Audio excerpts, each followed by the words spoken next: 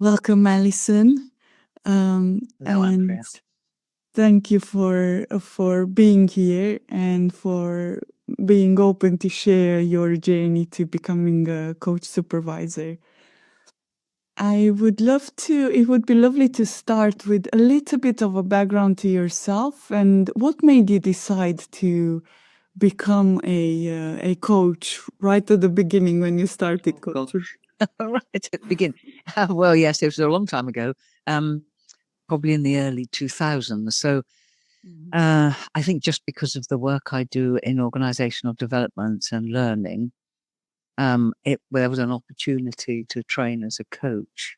It was a long time ago.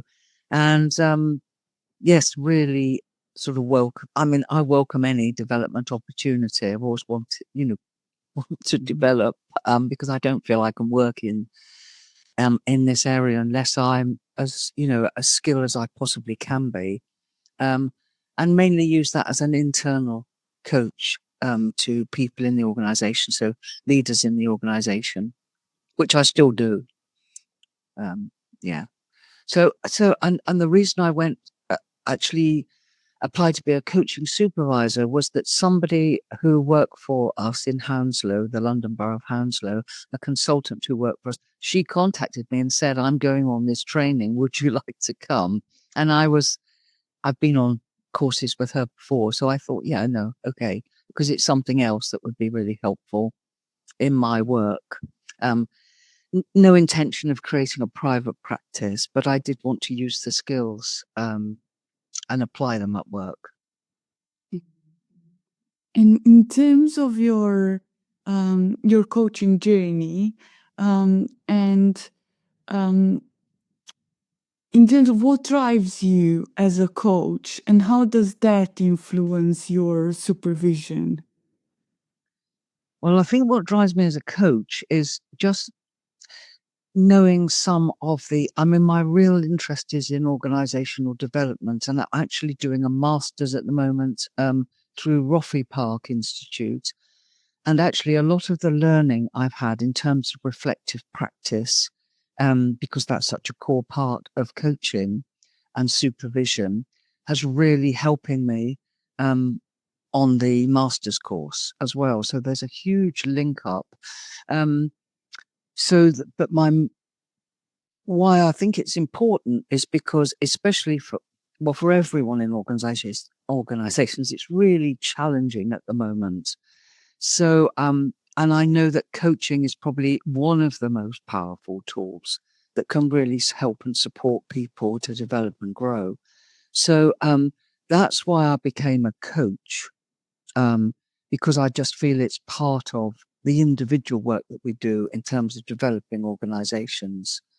So yeah, and also I've had coaching myself, and I know it really makes a difference to have that safe space to explore issues that perhaps it's very difficult to talk about day to day.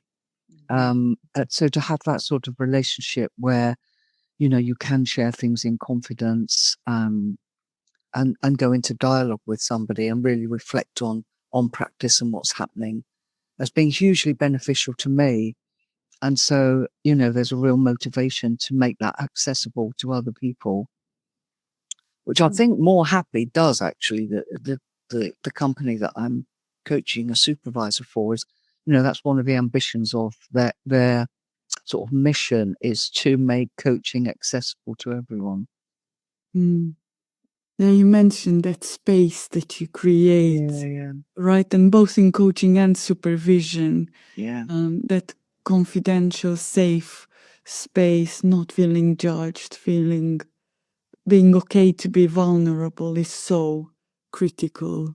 It is, yes. And I mean, it's quite hard to create that, especially, I think in an ongoing coaching or supervisory relationship, it's easier to create that rapport and safety. I think in the coaching supervision I'm doing in a group that may be a mixed group, never know who's going to come, then that needs to be done very quickly. It's quite, to actually hold that space and make it a safe space is quite a challenge, can be.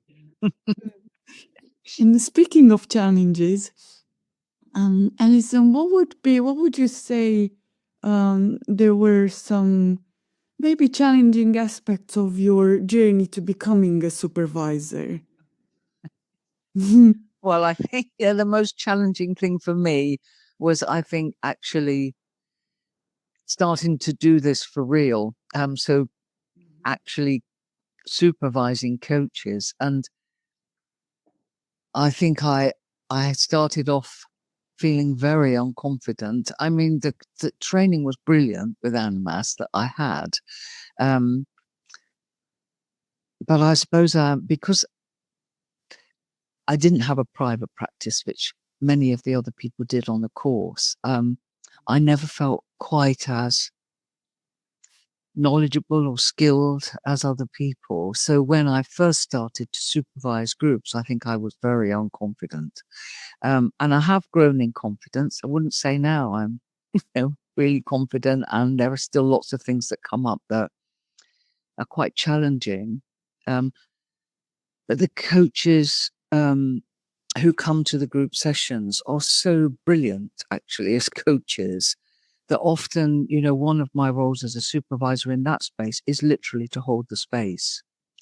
And they're really good at coaching each other, and means I now think I don't intervene unless I feel I can add something as a supervisor.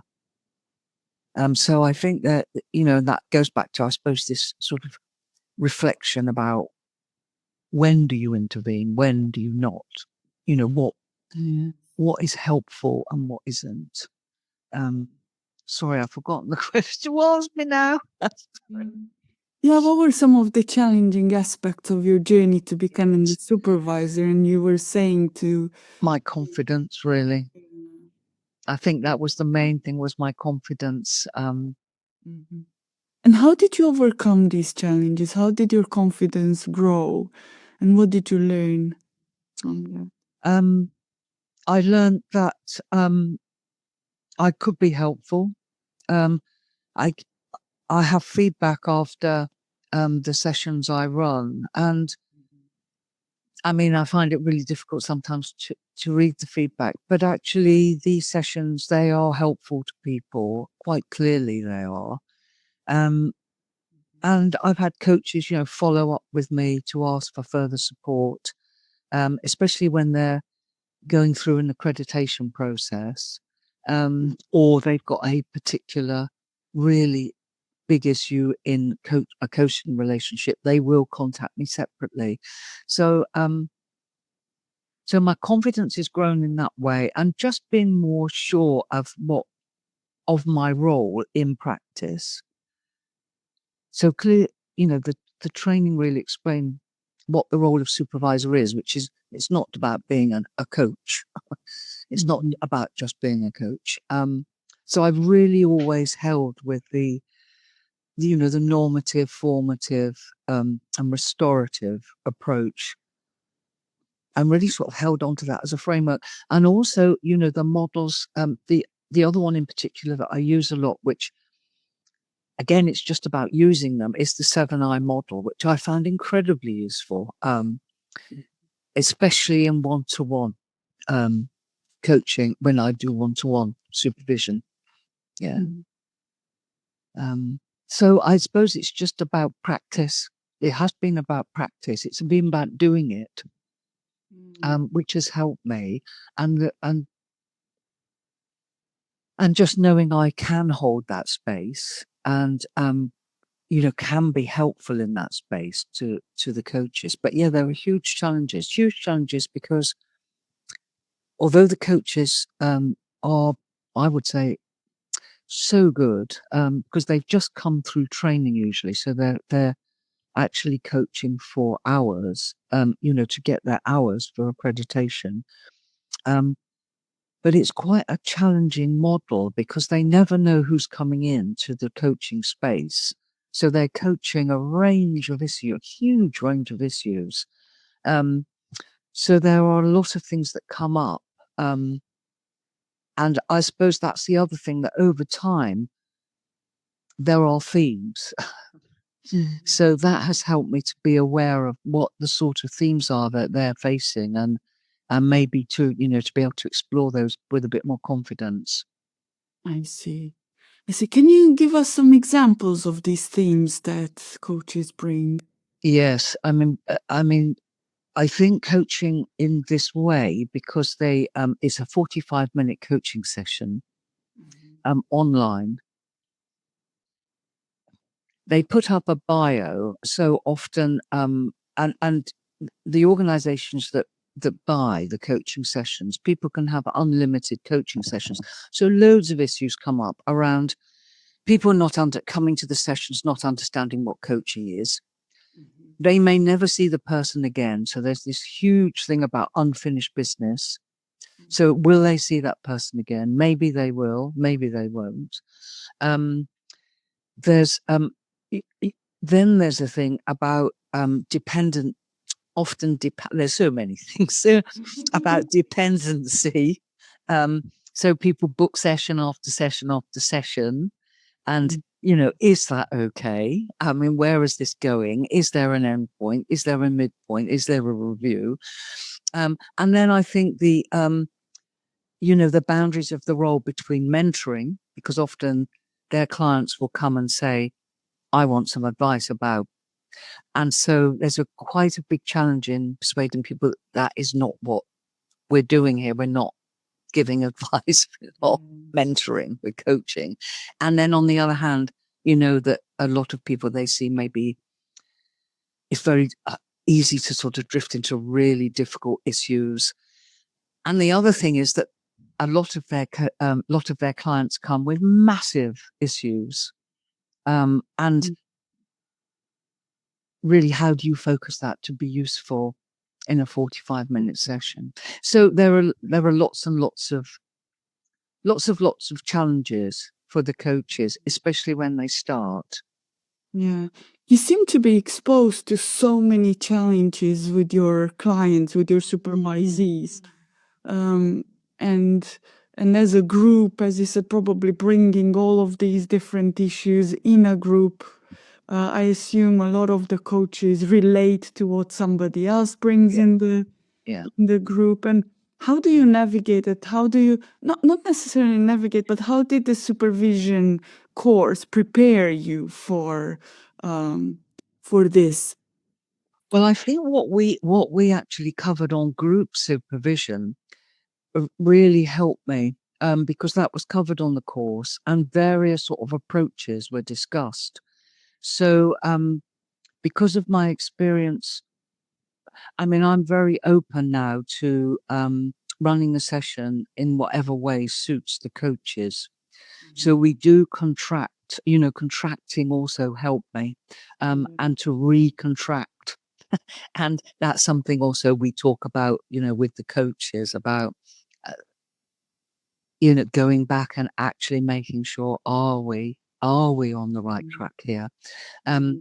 So I run my sessions very informally, but I do use a very loose structure, unless the coaches might think, no, actually, we'd rather do this another way, and we can negotiate about how we run it.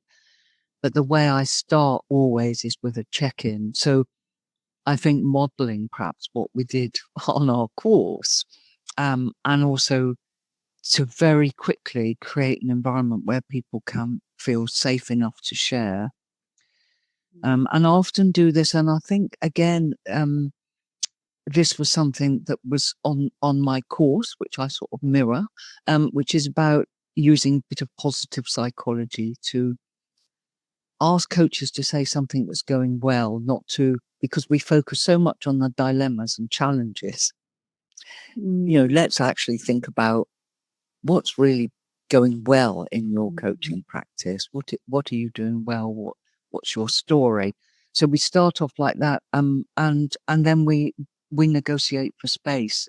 Are there burning issues? And this is something again that we did on the course, which is, is there something that someone has that is recent? It's a something that's live with a client they're coaching at the moment, or something they're preparing for that we can really explore. Or is it something more general? Is it something somebody's been wondering about and thinking about that it would be useful to explore in the group? And then we come to an agreement. This isn't always easy in a group to think how, in what order do we take these? Have we got time to cover everything? So sometimes I can have 8 people, and that's hugely difficult to share the time. So it might be that 2 people who have, they really want to discuss something that's really important and a burning issue on the day. Sorry, I've rambled on. But I think it's really, really useful what you're sharing, because this really shows what a supervisor might come across. How do you navigate these challenges? How do you navigate this space that sometimes is very, very complex? Sometimes it's full of satisfaction and achievements, and when you see your clients grow, and when you see them navigating easier and easier that space, growing in confidence, there's so much. yeah, Um, no, and they are passionate. They are passionate about coaching, which makes it such a joy. And they really want to make a difference for people. I think, I don't know whether this is useful, but a lot of what comes up as well is that I think there's a feeling that I'm not saying that this is about any particular coaching course, but they're almost giving the impression on courses that they will leave the course and set up private practice. It will be fairly straightforward. They'll get private clients, no problem. And so for a lot of coaches, that is quite a shock, because this is difficult. And unless people have got something else, perhaps that they're a consultant in some other way, I think it's really difficult to make a living from just coaching, unless you're very well networked, or you have contracts with organizations. It's really quite tough. And they've actually, they have actually said to me, I wish courses wouldn't give the impression that you can just go out there and be a coach. Lots of people who come, who've trained as coaches are like, it's like a mid-career choice. They're in something else. They've worked in something else, often marketing for some reason, and absolutely thought, no, this is not for me. I want to change direction. Choose coaching often because they've experienced it themselves, but then have a huge expectation that they will be able to set up their own practice, which is often why they come to More Happy and coach for free to get the experience. They're quite an interesting one, isn't it? Yes, very, very interesting. And do you feel like, I mean, you briefly mentioned it, do your clients bring this into do your supervisees bring this into supervision, this feeling, or how they feel about? Absolutely. No, absolutely. It's something that comes up all the time. And yeah, I mean, these are, again, really interesting things that come up around how people are using social media to market themselves, and how successful that is, and how stressful it is. And I think the other thing that comes up a lot is there's a lot of focus on, should I be creating a niche for myself? Yes. And that's a real ongoing sort of Yes. dilemma for people. And I think the other thing for the coaches is they love coaching. They're absolutely passionate about making a difference for people. And then there's the business side. And it's quite hard sometimes to reconcile the two things. And then to think about actually charging when they've been doing this free of charge for More Happy. So yeah, quite, a lot of issues. A lot that they bring. I was I know we covered this on the ICCS course, about, do you talk about business issues with supervisees in supervision or not? Do you keep it separate? Are the two separate? And the opinions were mixed, and it's basically what the supervisor chooses to let the business come into the supervision conversations or not. I'm also a business coach and a supervisor, so I tend to keep the two separate unless the questions around the business are related to how the supervisee feels, and it's more of an emotional question or restorative question rather than how do I grow my business, how do I market myself. But it's more that question around how I feel about No, me absolutely. becoming visible, me becoming having to choose a niche and really stresses me out, or which happens very often. It's overwhelming, it's stressful. Yeah. Do I have a niche? Don't I have a niche? Yeah, no, absolutely. And I thought I have actually fed back to More Happy because they do put on monthly sessions for coaches on various topics. A lot of them have come from marketing, and actually that's maybe to have another conversation and help each other outside of the supervision. So no, I wouldn't. There isn't any advice about how you more There is, from there the isn't stress and anxiety. Yes, there isn't right or wrong, to be honest, because I do know supervisors who choose to discuss business-related issues in supervision. So it's in a way, and this is what I appreciate about ICCS, that it's very much focused on giving you that flexibility and freedom to find who you are as a supervisor and how far you go with your supervision. How much do you bring in this supervision? How you create yourself as a supervisor, right? In the way that it feels right for you, and it really gives you that space and flexibility to be you and to choose.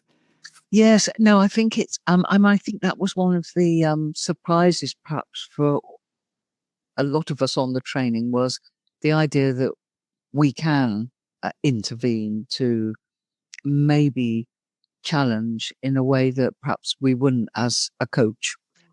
Because there's a responsibility, isn't it, about ethics and standards of practice. And and I have done that.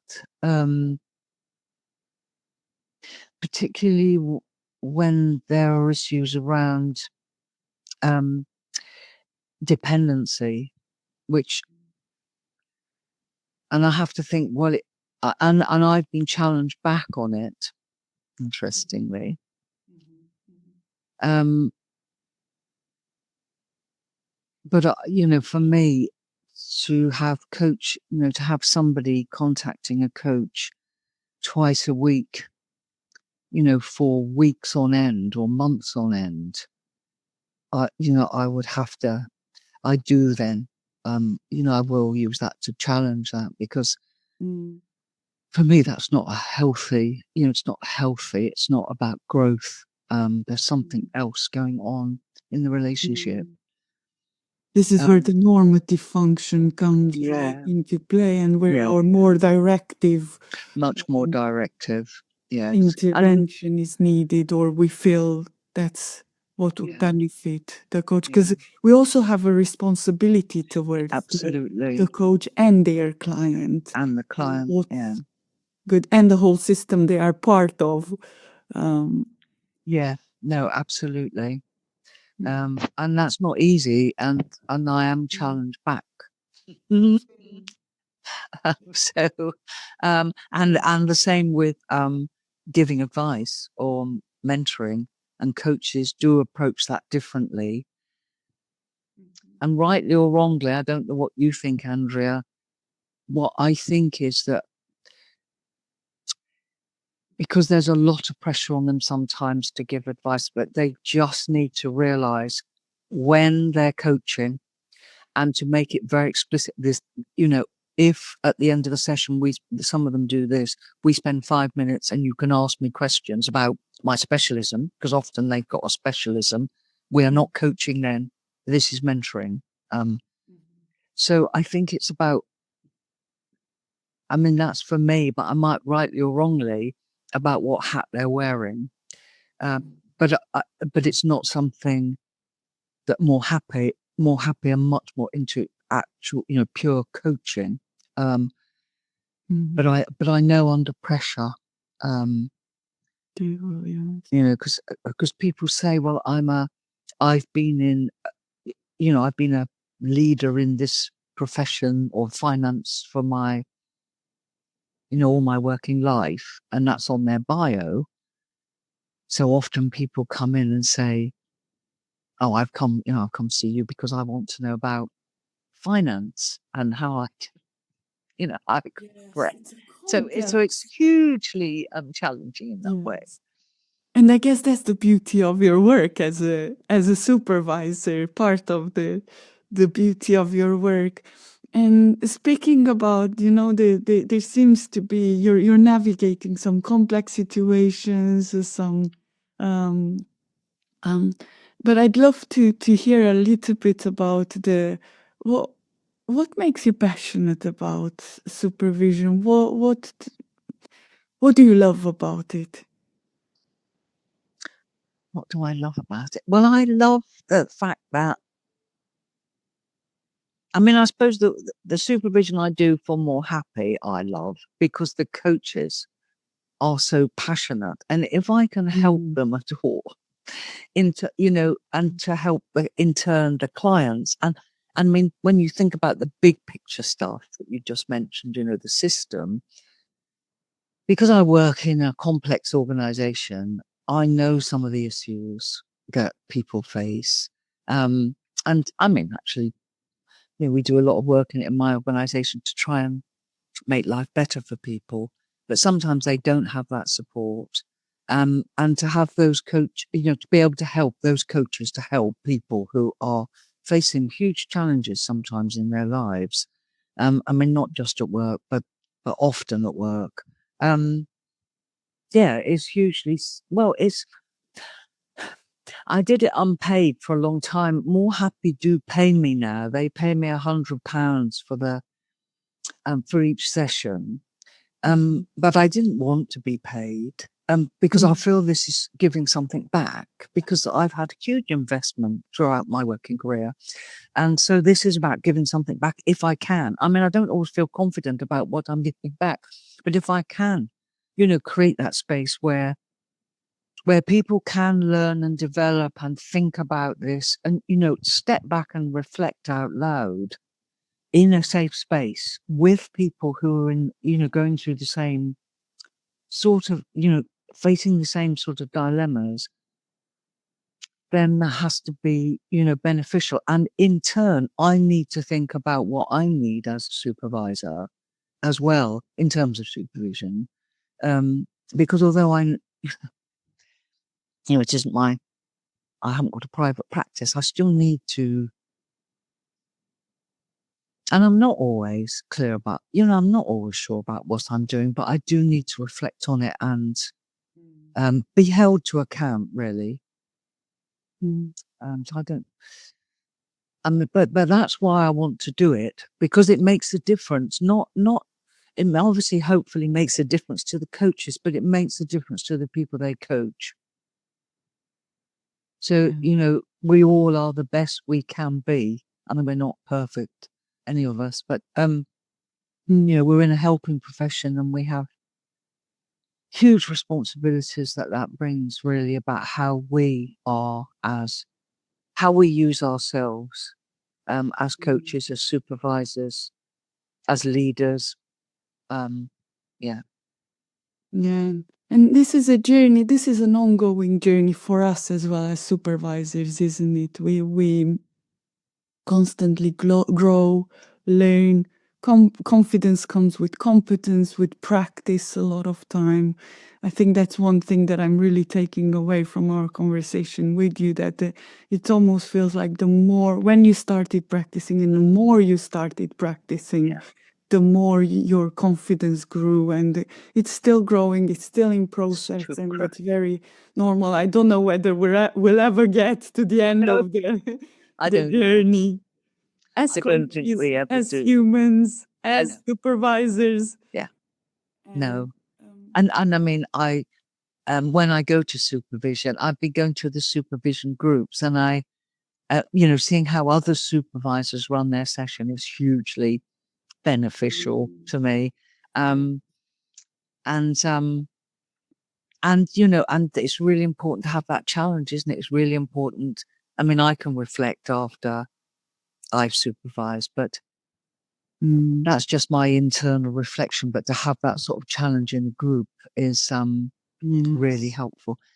The other thing, Andrea, that just to ask you now in this conversation, that I struggled with at first was when I was supervising coaches, there was almost this feeling of being a voyeur. I don't know whether other people have that feeling, that I'm hearing things that secondhand about some really difficult, challenging, personal stuff, and almost feeling uncomfortable about it.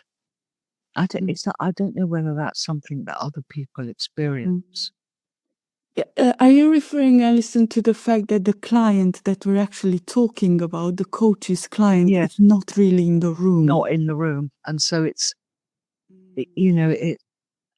I feel more comfortable about it now because I just feel my role is really to use the 7I model, really to focus in, especially if it's, one person I'm coaching, supervising. That's really helpful. But at first, definitely, I felt like that. And it better. Yes, it's not an uncommon feeling. Oh, good. And you're not the only one feeling like this. And it is because you feel like, or very often the feeling is, well, I hear a story that's filtered, right, potentially by our coaches filter, and then we filter that information, we perceive it in a certain way, so we don't really have the clients or the coach's clients view firsthand, as you've said, and it's that imaginary. There is the 6AI, which is the imaginary client. It's very normal, and that's something that supervision can support, which ICCS offered, and once a month space where this can be explored, and it's not uncommon, and it comes with experience and with skill to try to navigate that space. There's also something about how does the coach feel and navigate that space, and how do we navigate that space despite not having all the information and being comfortable with the unknown. Yes. And really, and that's something to learn. It was a journey for me to embrace the unknown. It doesn't come naturally to a lot of people. No. Definitely didn't come naturally to me. No. Do you know, Andrea, I think that, it's really helpful, this conversation, and me reflecting. But I think that was one of the pressures that I felt at first, was I had to know things. But of course, I don't, and I don't know everything. And so a lot of the sessions are, we explore things. And there are so many dilemmas, and there aren't necessarily definite answers. That's exactly it. But we learn together in dialogue, often. That's exactly. Yeah. And what you're mentioning, I think it brings a sense of vulnerability, and let's be vulnerable here together, and not approach supervision as I'm up here as a supervisor, you're down here, I'm going to tell you what to do and how to do it. And this is critical, and what in terms of the relationship and that space that you build together that we were talking about right at the beginning. No, absolutely. I mean, I've never come across that in the way that I've seen supervisors work, or when I've had supervision. So it's not, but I imagine it could happen. It's really not helpful to a safe space where people feel able, because it's hard for coaches and they do say sometimes, this is really hard for me to say. I don't want to say it really, because it's, especially if, and I have had people who've said, I really didn't like the person, they're coaching. And then, how do we explore that? And they feel really bad about it. But actually, it's worth really thinking about, well, what is this about? What's happening? And just the fact that they say, I didn't like my client, that says so much about that space, that they can openly say that. And sometimes for coaches, it's hard to, I find, especially the more experienced they are, it's hard to be vulnerable about something that they've been doing for many years. And they feel, well, there's a feeling of, am I doing this right? Am I adding enough value? Am I, and opening up about challenges is not always easy for coaches. No, and not easy as well for supervisors being supervised. I know on the last supervision session I went to, I found it really difficult because, yes, but it's really good for me to do it, because that's what I'm asking, in a way, coaches to do in that space, isn't it? To be vulnerable and open about really things that, and have those realizations that are like, no, actually, but it's not about, we are human, as you said. We're not perfect. We're on a journey, and so it's very much about learning rather than beating myself or other, or other people beating themselves up about something. Yeah, difficult. And the other, I just wanted to add something that actually, because I coach I am a supervisor for mediators in my organization, and actually that's much more difficult. Really much more difficult to be a supervisor for them, because I know them, and there are sort of power dynamics involved, and I'm internal. Where have you been a mediator yourself? I am a mediator. I'm a You trained are a mediator as mediator. well. Okay. Does that make it even more challenging? I don't know. I don't know. I think it's because I'm internal. They're quite, they're a very established group. A lot of them are more senior to me. All those hierarchies in organizations, and I think that's more challenging, funnily enough, than because with more happy, I'm Alison Ford. They know my background, but we're all equal in the room, if you know what I mean. There is no hierarchy. A bit like you were saying, it's not a top down, I'm the supervisor and you're all here to learn from me at all. In fact, I think I learn more from them than I do they learn from me. This is wonderful that you brought in supervising mediators, because very often we get the question, where do I find clients? Who do I supervise? And coaching supervision traditionally and in general is for coaches, but we very often find that our students supervise executives, as you said, mediators, somebody worked or is working in the pharmaceutical industry. So it can be applied supervision into other areas where coaching is used as a tool or as an approach or Absolutely, Andrea. I mean, there's an approach that we really promote in my organization, and the book, is Peter Hawkins, isn't it? His book here has helped me. This is about people in the helping professions, and that includes leaders, I would say, and managers, people who are working with people. Reflective practice is so important. Which book are you referring to, Alison, just for our listeners? I'm referring to Supervision in the Helping Professions, and by Peter Hawkins, which is a fantastic book and something I'm using on my course now, because we're, we focus on critical reflection and reflective practice. Really valuable, fantastic book. Really recommend that. Thank you for sharing. Alison, what would be a good way to close our amazing conversation? I could talk to you forever. Oh, well, I've really enjoyed it, Andrea, but I hope it's been I hope it's been useful.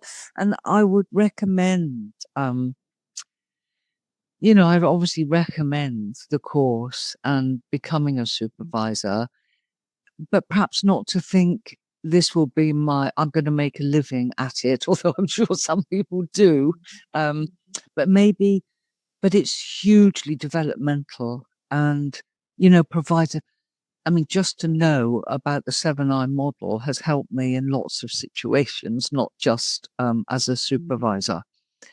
So those skills are invaluable in life, I think, and certainly in working with groups, in any context. So I'm really glad. I'm really glad.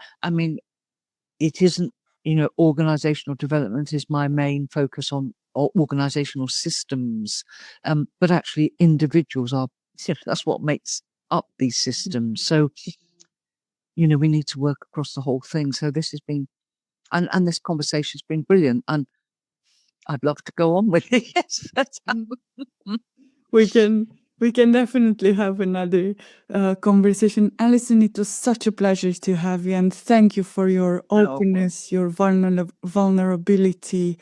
You really brought in your real self in the room, and it was such a pleasure to have you here. Oh, well, it's very lovely to work with you. Thanks so much, Andrea, and hope we meet again sometime.